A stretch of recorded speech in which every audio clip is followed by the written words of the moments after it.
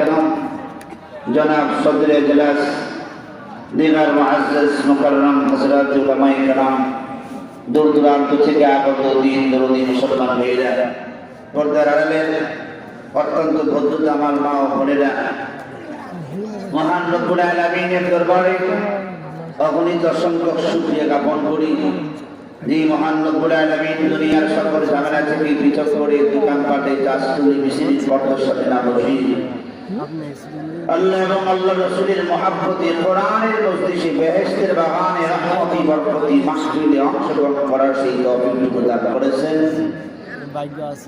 এই জন্য মহান স্রষ্টার দরবারে জবান খুলে অন্তরকে উজাড় করে একবার কালিমাতুশ শুকর আদায় করি আলহামদুলিল্লাহ। আমি আপনাদের সামনে কোরআনে কারিমার সূরাতুল বাকারা ৬৭ নম্বর আয়াতে কারিমা তেলাওয়াত করেছি। আল্লাহর নবীর বর্ণিত হাদিস থেকে একখানা হাদিসে পড়েছি। ইনশাআল্লাহ আমার নির্ধারিত সময়ের মাঝে একখানা আয়াত একখানা হাদিস সামনে রেখে আমার আলোচনা ওয়া তাওফীকি ইল্লা বিল্লাহ। আমার তেলাওয়াত কি আয়াতে কারিমায় আল্লাহ তাআলা আলোচনা করেছেন আল্লাহর পয়গম্বর মুসা আলাইহিস সালাতু ওয়াস সালামের এক করুণ কাহিনী, যেই কাহিনীর কারণে আল্লাহ তাআলা এই সূরাতুল বাকারার নামকরণ করেছেন সূরা বাকারা হিসাবে। কোরআনে ১১৪টি সূরা আছে, এর মধ্যে ৬টা সূরা প্রাণীদের নামে রয়েছে। প্রাণীদের নামে কোরআনে প্রথমটি সূরা, এই সূরা হলো সূরাতুল বাকারা।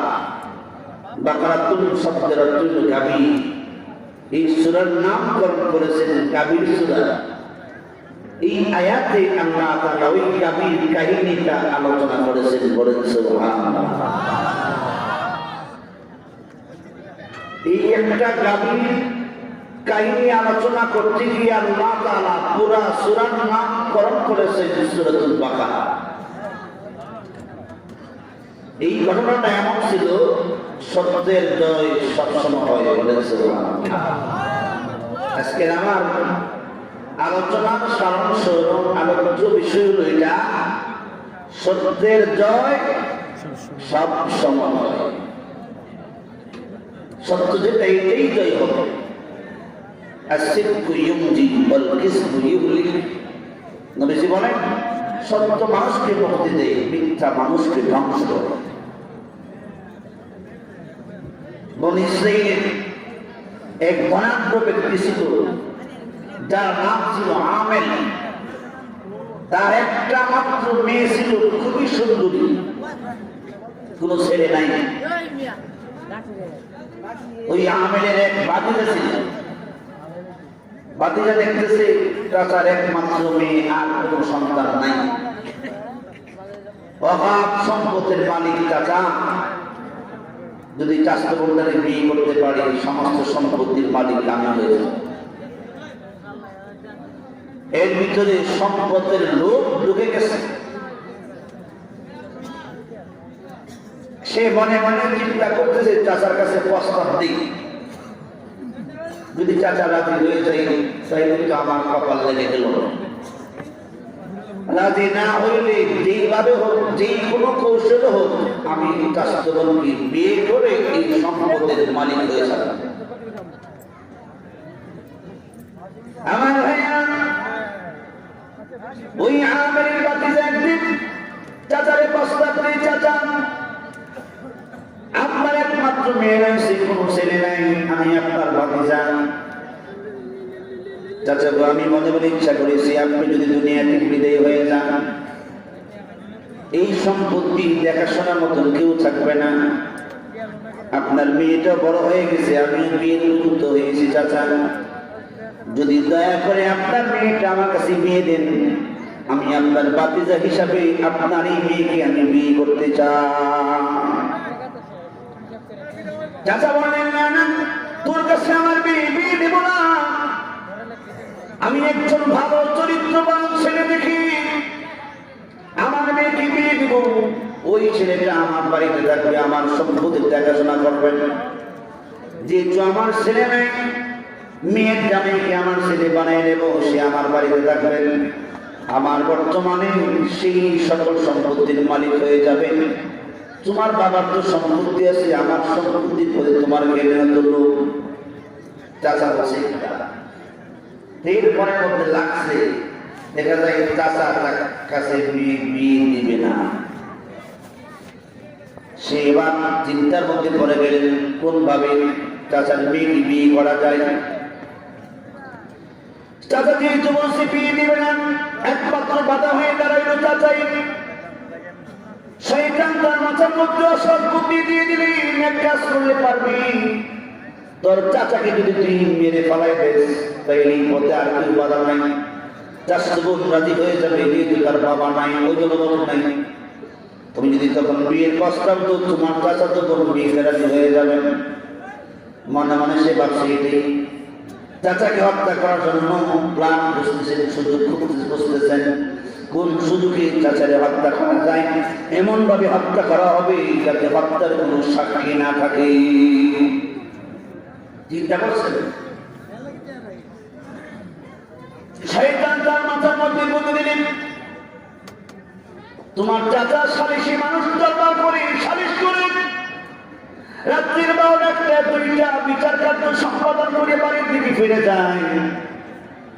ওই সময় যদি গভীর রাত্রি রাস্তার পাশে বুক পেতে থাকো, তোমার সাথে কেউ না থাকে, মেরে ফেলে দেবে, কেউ সাক্ষী নেই, ওই সময় একটা কাজ করতে পারবা, মেয়েরা এই গ্রামের নিরীহ মানুষ যারা আছে এদের বাড়ির পাশে লাশ ফেলে আসবা, সকালবেলায় গিয়ে দাবি করবা তোমরা আমার চাচার হত্যা করেছো, আমি তার বিচার চাই।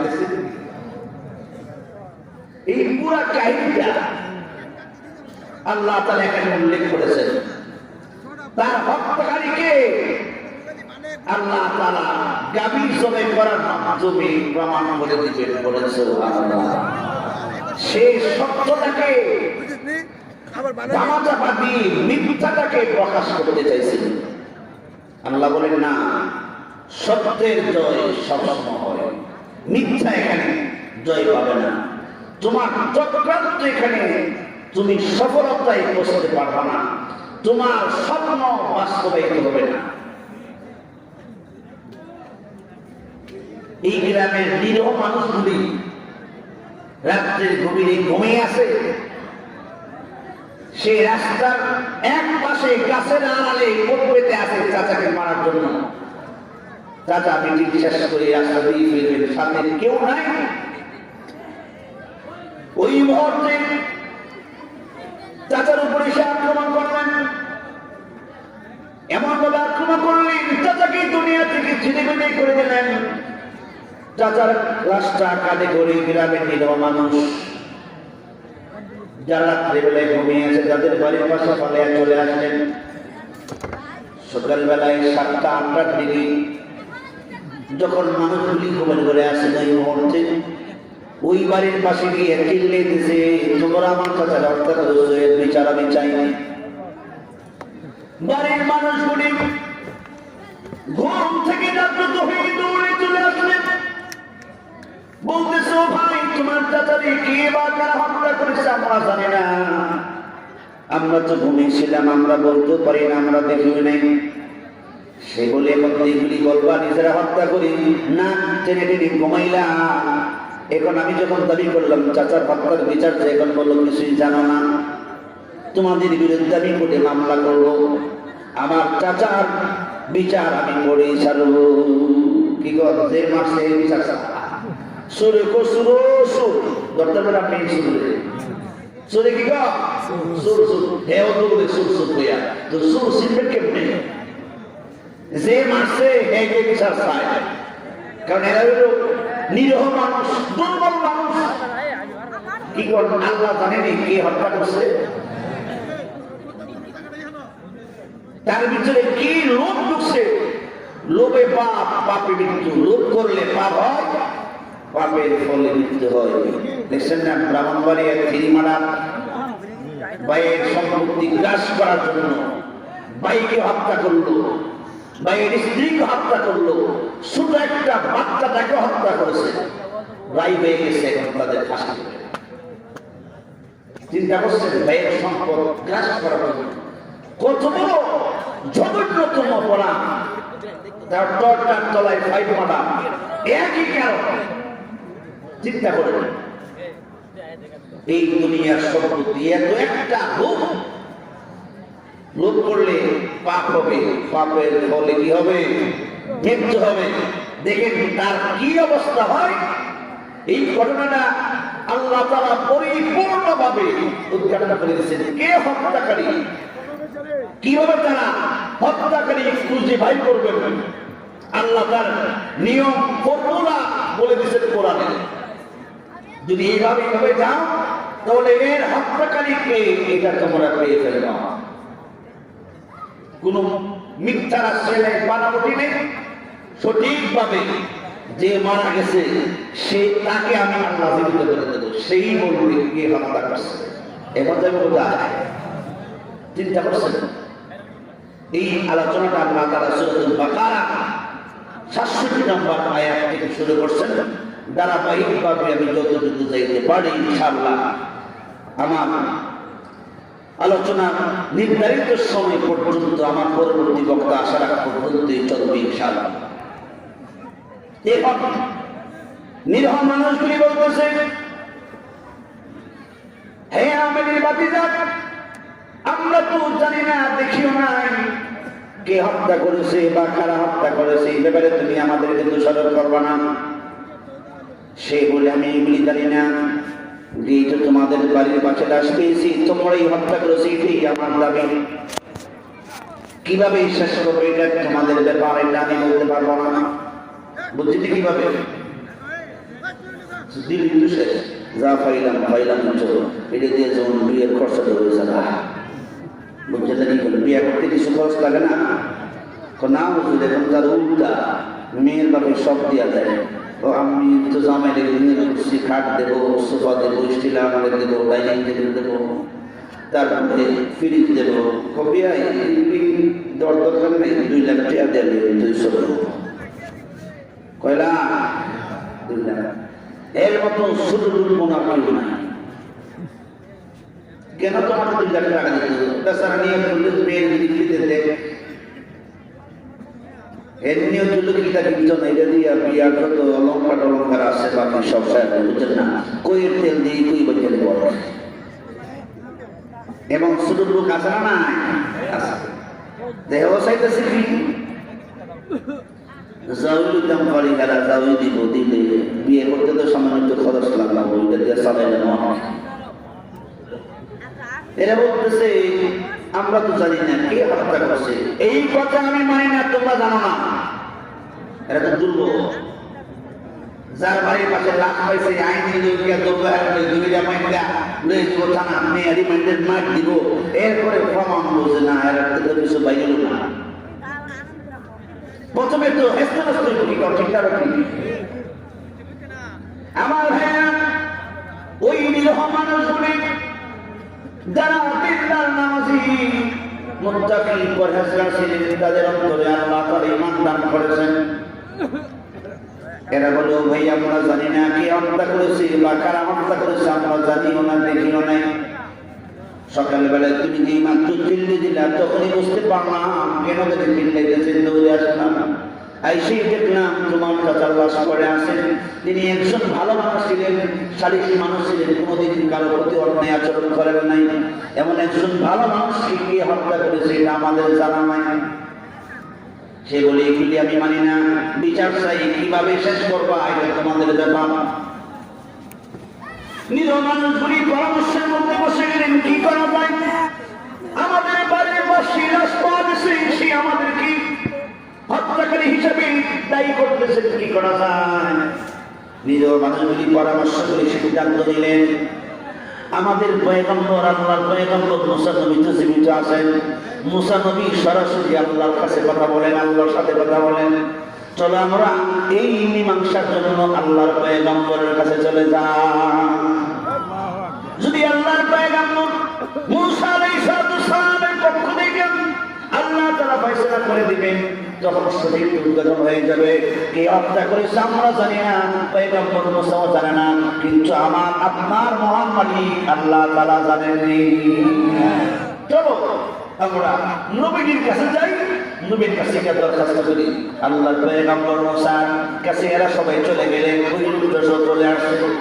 এখন তারা অন্য করতে পারে না, মনে মনে ভাবে যদি আল্লাহর কাছ থেকে ফয়সালা হয়, আল্লাহ তো নাম বললে দিব আমার। হে ওইখানে যাইতে একটু অমত এ তো জানে আসামি তো আমি, কারবার করছি আমি, মানুষেরা দেখছে না, আল্লাহ তো দেখছে আমি যে সাইড দিচ্ছি। এখন ওইখানে গেলে তো টাকা পাবো দূরের কথা, উল্টা আরো আমার বিশ্বাস আর যদি ওইখানে যাওয়ার পরে এই কথাটা প্রকাশ হয়ে যায় আমি হত্যা করছি, তাইলে তো বিয়ার সমস্যা। স্বাস্থ্যবন্ধু তুই আমার বাপের হত্যা করছো, ডাকাইতে ডাকাই তোর কাছে আমি বিয়ে করবো। ওই সময় এদের আইন অনুযায়ী এদের ফাঁসি দিয়ে মারবো। এই একটু আমরা আমরা বাপ যাইব কি যাইব না বলতেছে, তোমরা শেষ করে লাভ আর অতটুকু বাইয়া লাভ নাই, বেশি নিয়ে কিন্তু তোমরা এটা যেভাবে শেষ করে ফেলো, এত রোগটাই না লাভ নাই। হ্যাঁ গেলে গেলে মানব দিয়ে নিব, কারণ খবর আইব আসমান থেকে। মুসানবী এখন আছেন বাড়িতে, এরপরে দেব তুত পারে হ্যাঁ গিয়া 2 টাকার নামাজ পড়া এটা কিছু যোগাযোগ করবো, এরপরে এখান থেকে পাইছে লাগবো, কেবল অনেক দিয়ে দিব। আমি কি লাস্ট করে বলতাম না, তাড়াতাড়ি যে নুসারা লাভ দূর পারো, বুঝলেন নি? একে দূর পারো, একে দেন এ জানে সামনে বাড়লে তো অবস্থাটা বেশি ভালো হইতো না, কারণ আসামি তো আমি একমাত্র আসামি। এরকম না সাইডালাম মানে আমার কাছে কোনো টাকা পয়সা নেই, সাইডালাম এই কথা বলে কামার জন্য এটা সারবো আল্লাহর পয়গম্বর মুসা নবী যেমনি সারে এমনি আমরা রাখতে আছি। চলো যারা আল্লাহকে মানে, আল্লাহর প্রতি যাদের বিশ্বাস, এদেরকে আল্লাহ সাহায্য করে। বলেন সুবহানাল্লাহ। আপনার ক্ষমতা আছে, আপনার গোষ্ঠীর জোর আছে, নিরীহ মানুষের জুলুম করবেন, আল্লাহ এটা পছন্দ করে না। আল্লাহ এদের অন্তরের মধ্যে এই কথাটা জাগ্রত করে দিচ্ছে, যাও মুসার কাছে যাও, আমি বলে দেব কেটা হত্যা করছে, তোমরা এক পয়সা লাগতো না, দেখবা যে দাবি করছে এরিয়ার পিছনে বলে না।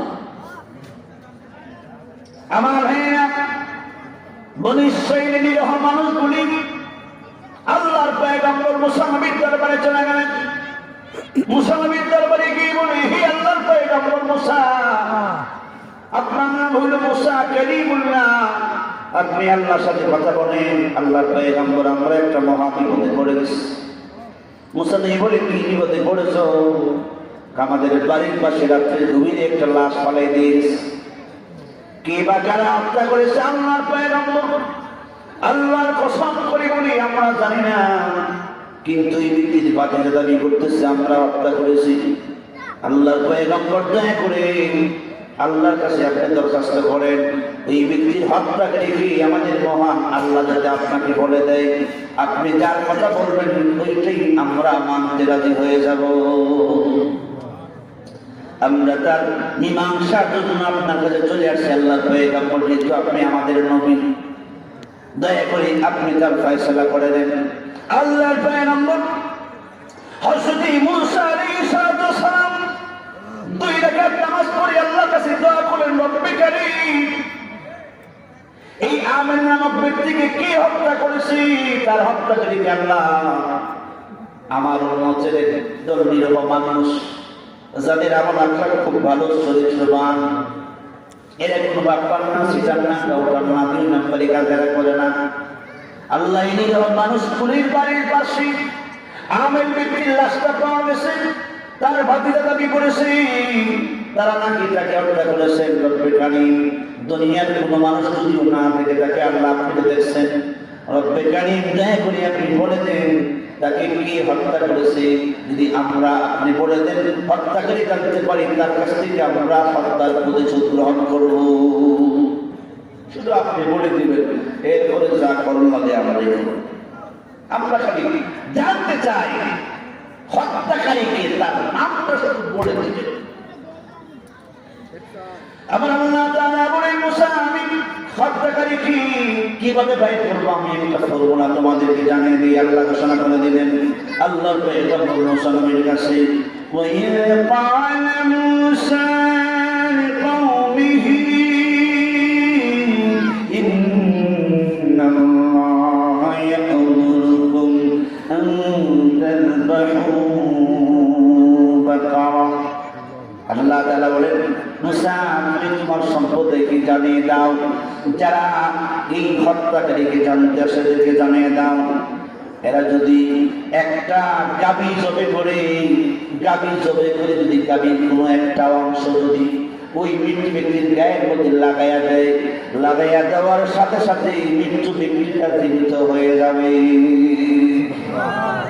জীবিত হওয়ার পরে তুমি জিজ্ঞাসা করবে আর জিজ্ঞাসা করবে ও ভাই আমি তোমাকে কে হত্যা করেছে হত্যাকারীকে তুমি বলো তখন ওই লোকটা জীবিত হয়ে বলবে আমাকে ওকে হত্যা করেছে তারা হত্যা করেছে কয়েকজন হত্যা করেছেন নাম বলে দিবে নামটা বলে দেওয়ার পরে আমি আল্লাহ তাকে আবার মৃত্যু দিয়ে দেব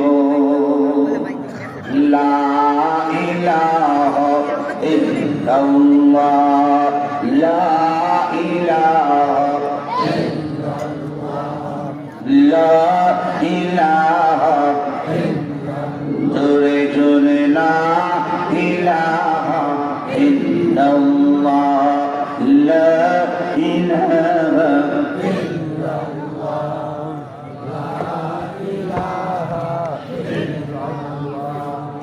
লা ইলাহা আমরা ভাই আগে বসে অনেক ফাঁকা জায়গা আছে আজকে অনেক মানুষ আসতেছে আরো আসবে আমরা সামনের জায়গা ফাঁকা জায়গা বন্ধ করে বসে দেখতে পাচ্ছি বসে লা ইলাহা ইল্লাল্লাহ লা ইলাহা ইল্লাল্লাহ লা ইলাহা ইল্লাল্লাহ সবেদারি ওয়ালিনা সবেদারি ওয়ালিনা করছে ইলাম জাপনা লা ইলাহা ইল্লাল্লাহ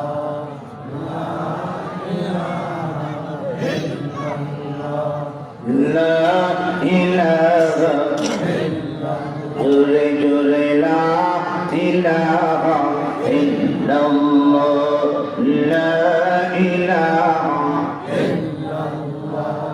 আরশ কুরসি লৌহ কলম আরশ কুরসি লৌহ কলম এই নামেরি বদল করা লা ইলাহা ইল্লাল্লাহ লা ইলাহা ইল্লাল্লাহ লা ইলাহা ইল্লাল্লাহ লা ইলাহা ইল্লাল্লাহ মুহাম্মাদুর রাসূলুল্লাহ সাল্লাল্লাহু আলাইহি ওয়াসাল্লাম আমার ভাইরা আল্লাহর পয়গম্বর মুসা বলেন হে বনি ইসরাঈলিয়া যদি যার হত্যাকারী জানতে চাও আল্লাহ তাআলা আদেশ করেছেন হুকুম করেছেন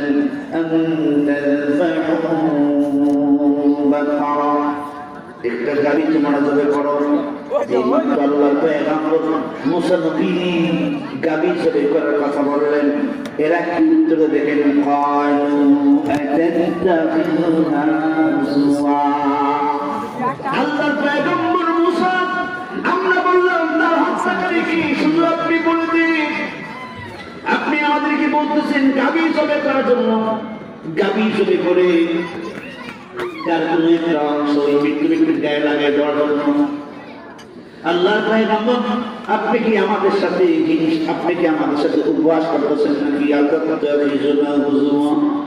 আপনি কি আমাদের সাথে উপবাস করতেছেন আল্লাহর পয়গম্বর মুসা নবী আশ্চর্য হয়ে গেলেন এরা আমার কাছে জানতে চাইছে হত্যাকারী কি আল্লাহ তাআলা হত্যাকারী কিভাবে ভেদ করবেন এটা ফর্মুলা বলে দিলেন আল্লাহর পক্ষ থেকে যেভাবে আমাকে বিধান দিয়েছেন আমি ওই বিধান তাদেরকে বলে দিলাম এরা আমাকে বলে কালু আতাত্তাখিযুনা হুজুয়া আল্লাহ এরা বলতেছে আমি নাকি এদের সাথে উপহাস করতেছি আনা আউযু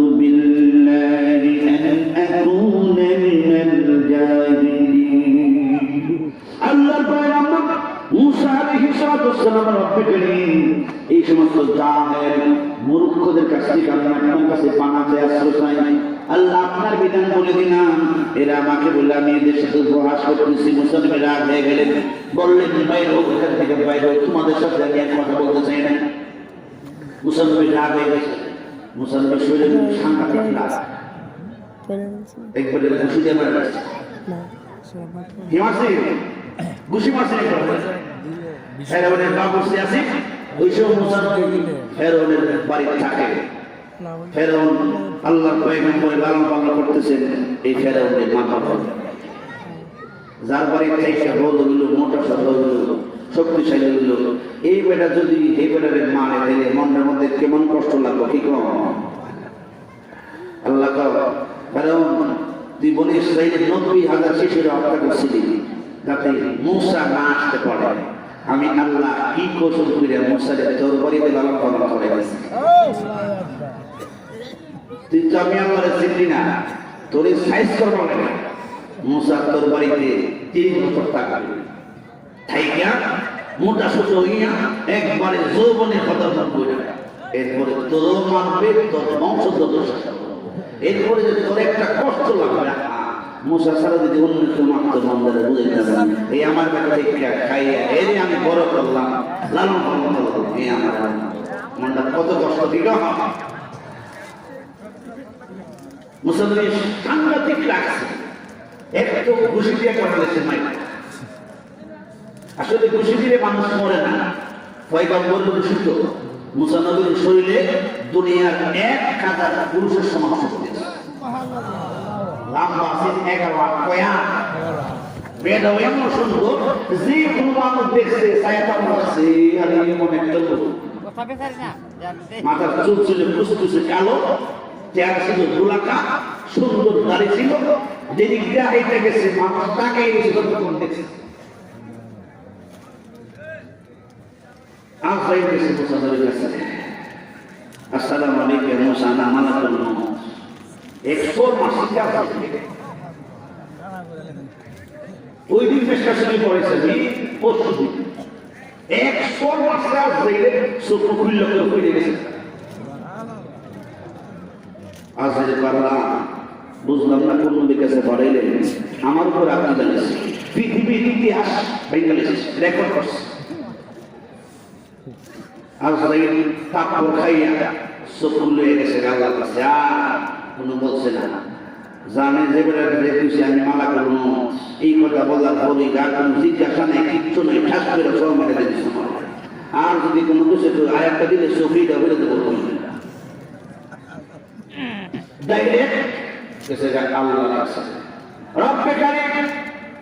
এমন পয়গম্বরের কাছে আপনি আমাকে পাঠাইলেন যে পয়গম্বর মানতে চায় না।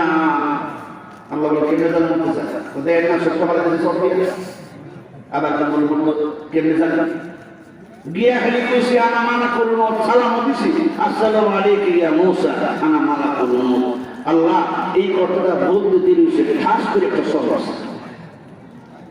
আমার এই জীবনে পৃথিবী হওয়ার পর থেকে নিয়ে আজ পর্যন্ত সমস্ত মানুষকে আমি বিক্রি দিলাম, আমি পয়গম্বর আমার উপর আল্লাহ এতটুকু জানাইলেন। এখন আপনি কি করবেন এটা জানেন।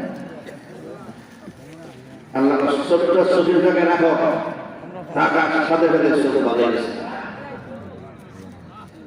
আল্লাহ আবার যাও মাফ চাই, আগে সমাধান করে দাও। কি সমাধান করতাম? আমার কাপড়টা দিবি, আমার কোনো দোষ আছে? সমাধান আমি এখন যাইবা মিলিয়ে যাইবা, মারবার লেগে না, হায়াত বাইরে গেছে। কাল রেখে বিশ্বাস করলেন না, সবাই মানে চলে মুসলমান আজ এই লেখা পড়তেছেন, হায়াত পাচ্ছে। এখন যেই মানুষকে ঘটনা মধ্যে সবাই আমার কাপড় দিব, হায়াত পারবার না। কাল্লা এটা বিচার যাও, আমি ফাইসালা করছি, যাও না তুমি।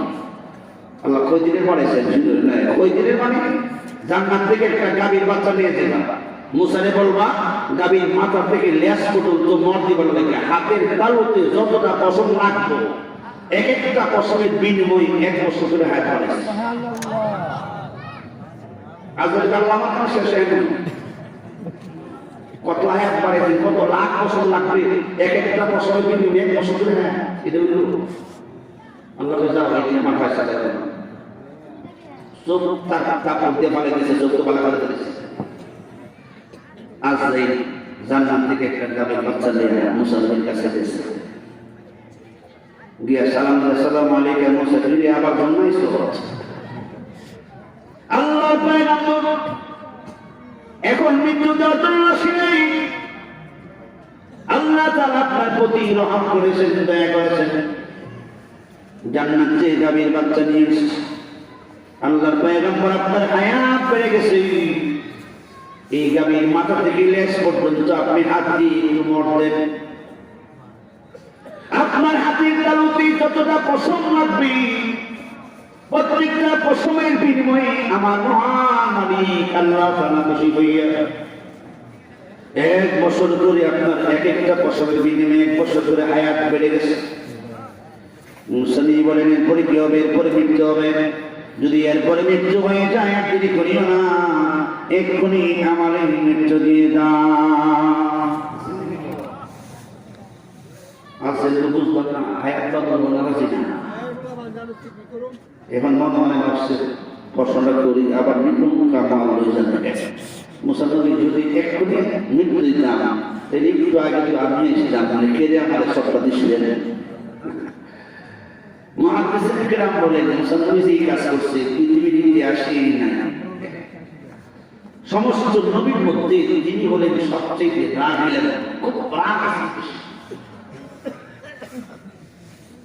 একদিন বই আছে পার হয়ে একটা ফিফড়া কেমন আছে, ঘুমটা গেছে যাবে, ঘুমের থেকে উঠে ফিফড়া গাছ সব আগুন লাগে ফিরে গেছে সব। আল্লাহ মুসা কামড় বেশি বালা করলাম না, কামড় বেশি তো একটাই না, তুমি যদি এটা করে ধ্বংস শেষ করে দিচ্ছ, আল্লাহ এই যদি কামড় দেওয়ার সম্ভাবনা আছে, এর লেগে সারা দিচ্ছে সব। এর আগে মুসা নবী আল্লাহর একটা কষ্ট করছেন, আল্লাহ একটা কাম মাঝে মধ্যে আপনি করেন, আমার কাছে বেশি ভালো লাগে না, কোনটা? তো একজন অন্যায় করে আপনি আমাদের সবাই শাস্তি দেন, এটা হলো কিছু বানাইলে একবারে ভালো মানুষের গরু ভাঙবে, খারাপের গরু ভাঙবে, এইটা আপনি কি করেন? আল্লাহ বুঝাইছে না, ফিফরা দিয়ে কামড় করেছে, কামড় করে তাই কি করছে? সব মানে আল্লাহকে বসা, এটা কি করলাম? কামড় দিল একটা সবজি মারি লাগলো, এই দিল কামড় দেওয়ার সম্ভাবনা আছে। আমার আযাব আই যে খারাপের উপরে আই বালাদেরকে দিই, হেরা যেমন কাম না করে আল্লাহ বুঝাইছে, বুঝাইছে চিন্তা করছে। আল্লাহ এখন মুসা নবী বলতেছেন, আল্লাহ আপনি আমার হায়াত বাড়াই দিয়েছেন, এরপরে তো আমার বস্তি হবে, আজরাইল এখনো মৃত্যু দিয়ে দাও, আজরাইল হুজুর বেয়াদবি মাফ করবেন। যদি এখনই আপনি মরণ চান, তিনি একটু আগে আনিয়েছিলেন, কেড়ে আমাদের সবটা মাসিদের কারণ। মুহাদ্দিসিন কেরাম বলেন, আসলে মুসা নবী প্রথম নম্বরে যাইছে আজরাইল পালা করে সিনছে না, মনে করছে ফেরাউনের মনে বংশধর ফেরাউনের যুদ্ধ চলছে, তো এই আমার ডর দিয়ে আমি আজরাইল মারা করবো, সেল লেগে সব সিনছি না তোমার।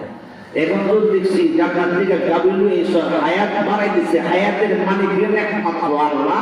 এখন বুঝে আসছে আসলে তুমি আজরাইল, কোনো ভুল হয়েছে না।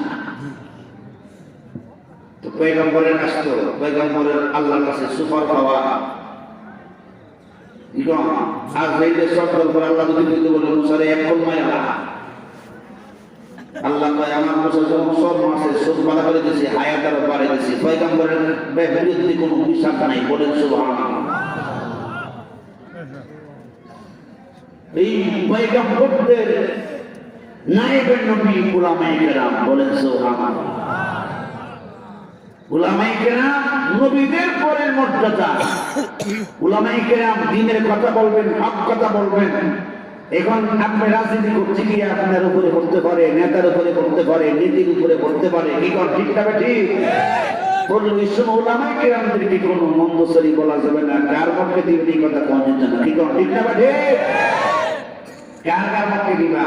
তুমি একটু চিন্তা করে দেখো না, তোমার মার বিয়েটা তো উলামারা পড়েছে গেছে, তোমার বিয়েটা তো পড়েছে আলেমরা।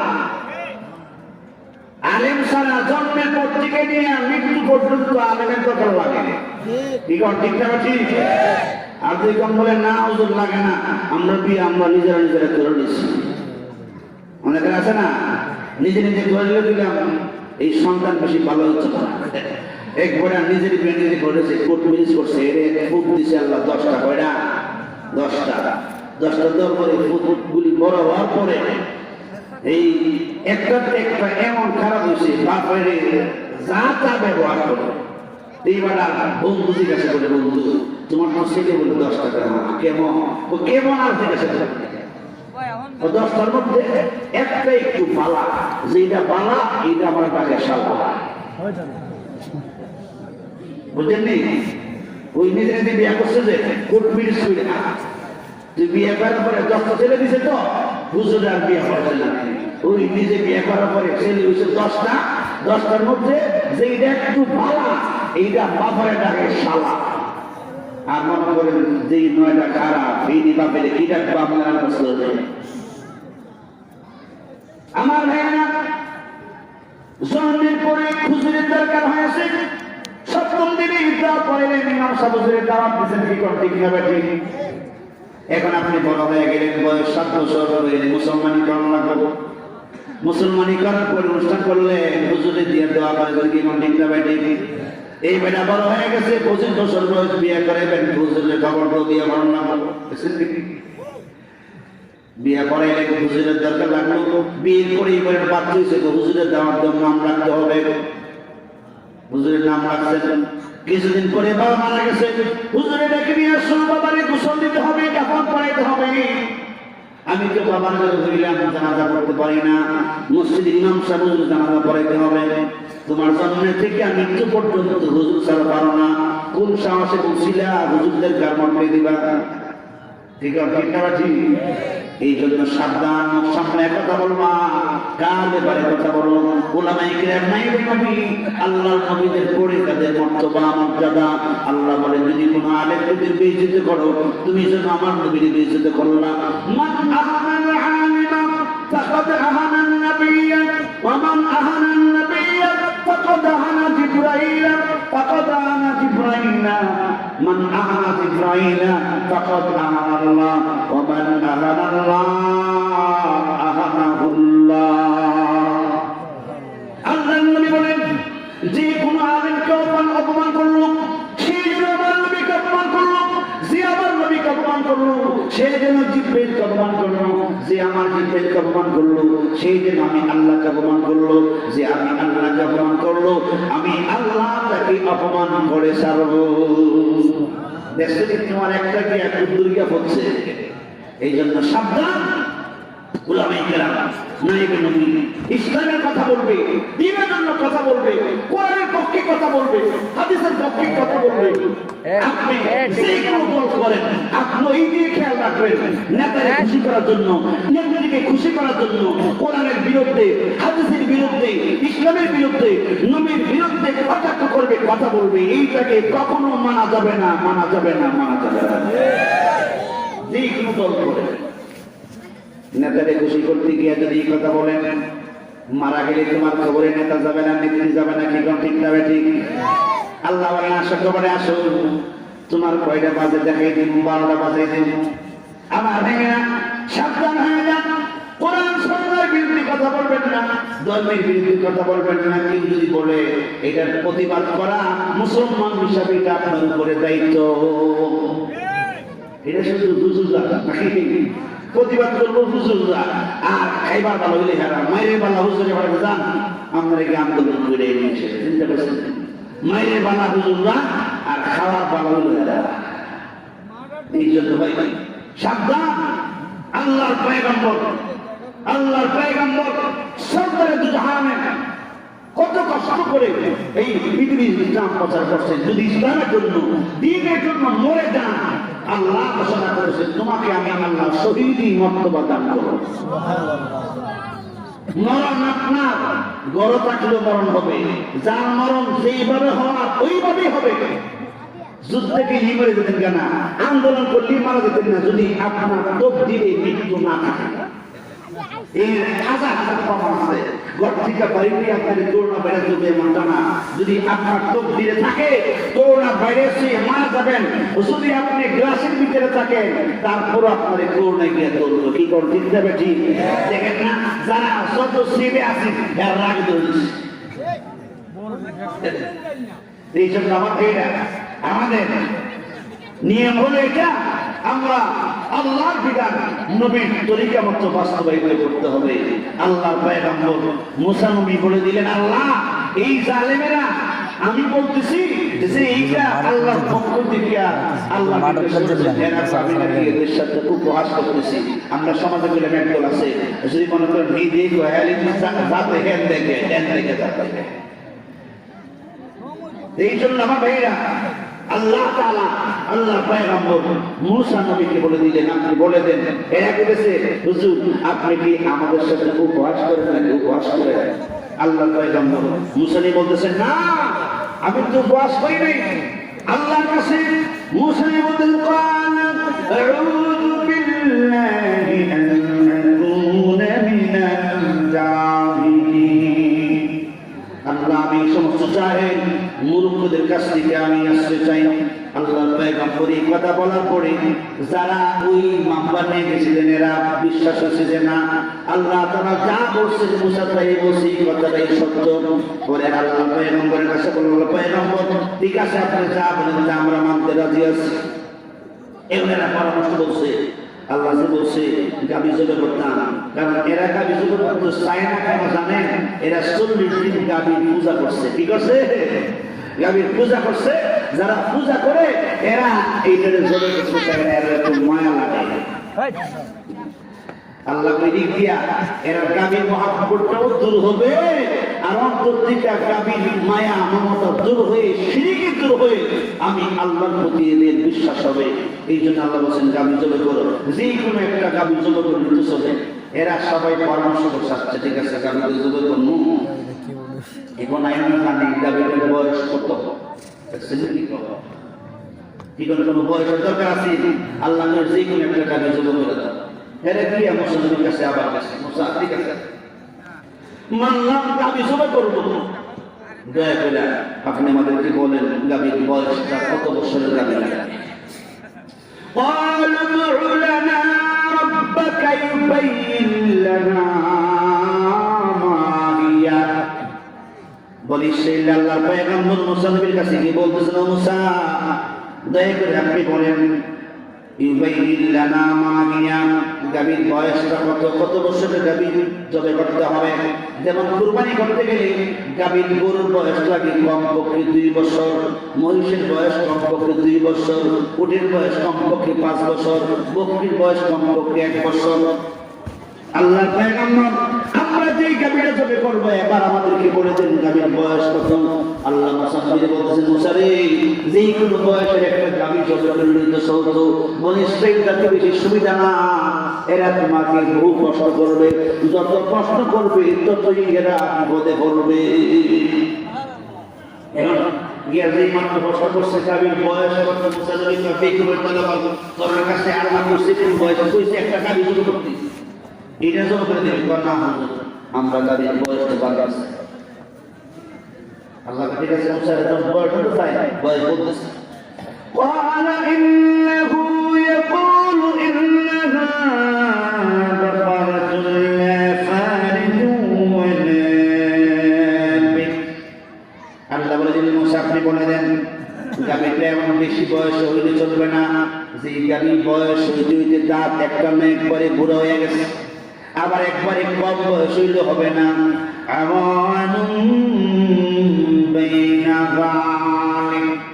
এটা মধ্যম ধরনের বয়স লাগবে, বেশিও না কমও না, মধ্যম বয়সের একটা গাবি।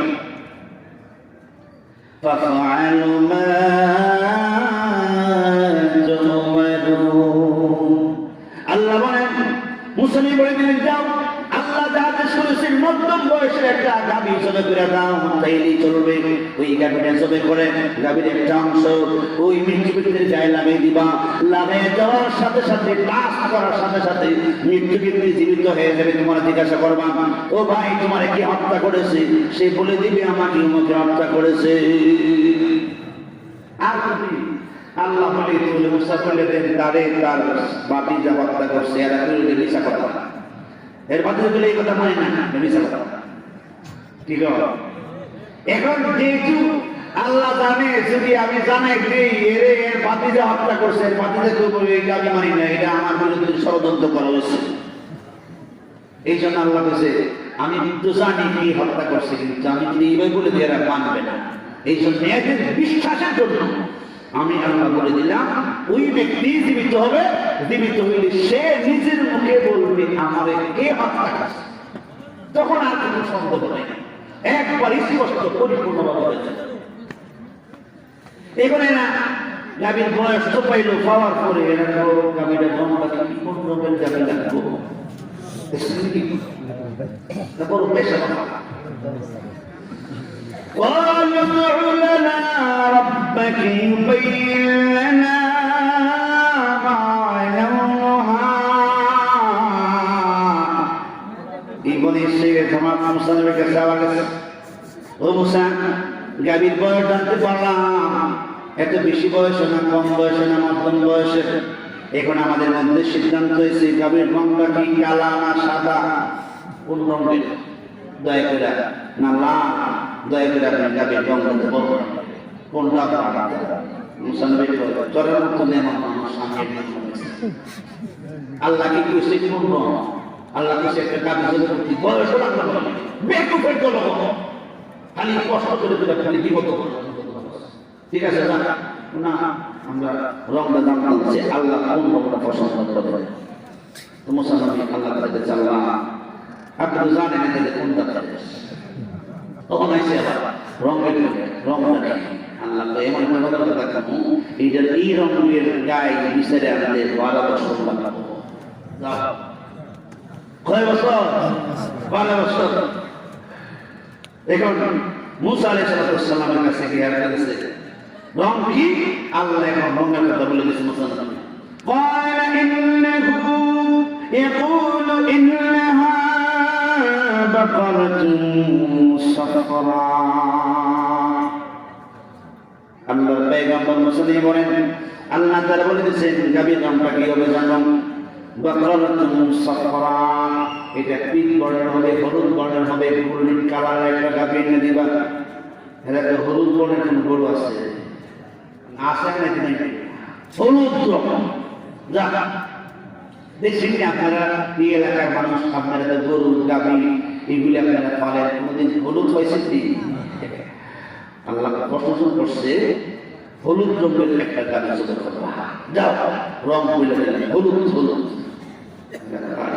যে রঙের কথা বলছি এটা হচ্ছে হলুদ একটা গাভী মাত্র আছে একটা গাভী আছে এইটাও আল্লাহর এক পরীর কাছে এই গাভীটা আছে একটা মাত্র এইটাও বিষয়টা আনতে গেলে লাগবো 12 বছর কত বছর 12 বছর আল্লাহ এর আগে যদি যেই কোনো রঙের একটা গাভী জোগাড় করতে সুযোগ হয় কাম করে فاقع لونها تسر الناظرين আল্লাহ তাআলা বলে দিলেন গাভীর রং হবে হলুদ বর্ণের গোল্ডেন কালার এমন একটা গাভী যেই গাভীটার দিকে মানুষ তাকাইলে যে তাকাবে সেই এই গাভীর দিকে তাকাইলে বড় আনন্দ পাবে যেই দেখে গাভীর দিকে তাকাই থাকবে এত সুন্দর একটা গাভী আল্লাহ এবং গাভী আমি আছে রং জন্মইছো দিলাম এখন এরা ঠিক আছে গাভীর বয়স হইলাম কি হইলাম রং হইলাম এখন তো জানতে এটা কি আল পাইছে না পাইছে দেখছেন এটা কি জয়লা না আজয়লা যদি এটা দিয়ে চাষাবাদ করে থাকে এটা দিয়ে চলবো না চাষাবাদ করছে না এমন একবারে ফ্রেশ কাদের মধ্যে কোনো দাগ টাগ নাই এমন লাগবো না আল চাষ করবো চলবো দেখছেন এরা কি আল্লাহ আমার মেয়েরা এরা বড় বেশে মজা দেখুন আল্লাহ পয়গম্বর মুসা নবীর কাছে গেলে মুসা এখন বলে দেন এটা কি জয়লা না জয়লা قالوا ادع لنا ربك يبين لنا ما هي إن البقرة تشابه علينا وإنا إن شاء الله لمهتدون يا الله پیغمبر موسى নবীর কাছে গিয়ে বলল মুসা ওই গাভীটা দিয়ে কোনো হাতটা চাষ করছে কি করে নাই শেষের কাজে লাগছে কি আগে নাই যেটা দিয়ে কাজ করা হয়েছে এমন গাভী না কাজ করা হয়নি এমন গাভী দয়া করে আমাদেরকে বলে দেন ইন্নাল বাকারা তাশাবাহা আলাইনা আমরা যখন গাভী নিয়ে সন্ধির মধ্যে পড়ে গেলাম কোন ধরনের গাভী আমরা জলে বড় ইন্না ইনশাআল্লাহু লামুহতাদুন নিশ্চয়ই আল্লাহ তাআলা যদি আমাদের প্রতি সহায় করেন তাহলে আমরা এই গাভীর সন্তান পাবো আল্লাহ যদি ইনশাআল্লাহ কিন্তু সারা জীবন পিছে বছর যাক ইনশাআল্লাহ সব কইছে 12 বছরের মধ্যে এটা বাইরে লাশ করে পড়ছে কেউ নেই বাইরে শহীদ বড় কি শহীদ ওই যে একটা ছেলে পড়া বলে গেলে কি বললে কি সব লোকটা এই মেয়েরা যে মারা গেছে এগুলো শহীদ কেমনে কি বলে এবারে কোনো দোষ আছে দোষ নাই তারে পাট পাইতা তার বাতিজা মারছে এইবারে নির্দোষ আপনাকে যদি কোনো মানুষ আপনার কোনো দোষ না থাকে হাত পাইতে আপনাকে মায়ের ফেলে কোনো দোষ নাই আপনার ডাকাইতে আপনারা বেড়াতেছে সুরে আপনারা বেড়াতেছে তাহলে আপনাকে আল্লাহ তাআলা শহীদি মর্তবা দান করবে হুজুর অবশ্যই আমরা যে দুই দল খাইতে লাগাই দুই দল খাইতে লাগার মধ্যে যে মরে যারা এই আল্লাহ নবী বলেন আল কাতিল ওয়াল মাকতুল কিলাহুমা ফিন্নার দুই দল ঝগড়া লাগে যদি একজন মারা যায় ওই সময় যে মারছে যে মরছে দল হয়ে জাহান্নামে হুজুর অবশ্যই শুনে দিব আল্লাহ নবীর কাছে সাহাবায়ে প্রশ্ন করে হুজুর যে মরলো হেও জাহান্নামে যাইব এটা তো বুঝাই না যে মারছে এটা তো জাহান্নামে নবী যদি বুঝাই না কই না ও দুই দল যখন লাগছে এই দল কয় আজ্ঞা বেরোলে আজ্ঞা হেও কিছু না দেয়া কিন্তু কায়দা করতেছে না বের হইছে না রেলাইছে না মাইরা এই সুযোগ পাইলে কম করলো না হলো হেও কিছু মাত্র হিরো এসে মাত্র কিন্তু একটা মরে গেছে না ওই সময় মারুন না মরুন না দুটোই গেল কোথায় জাহান্নামে আমরা গ্রামে যে কাজ হয় এই কাজ দিয়ে যে মারে যে মরে ওই জাহান্নামে কারণ একটা ছাড়ছে না ঠিক আছে এই মরবার আগে সাইডে সাইডে কি করব এও তো বাড়ি বুড়ি হয়তো সাইডে বের পাইছে না এরকে দৌড়লে যে দর্শনে এরা আছেন পাঁচজন এই জন্য ভাই যত বেশি ভালো না এগুলি ঠিক আছে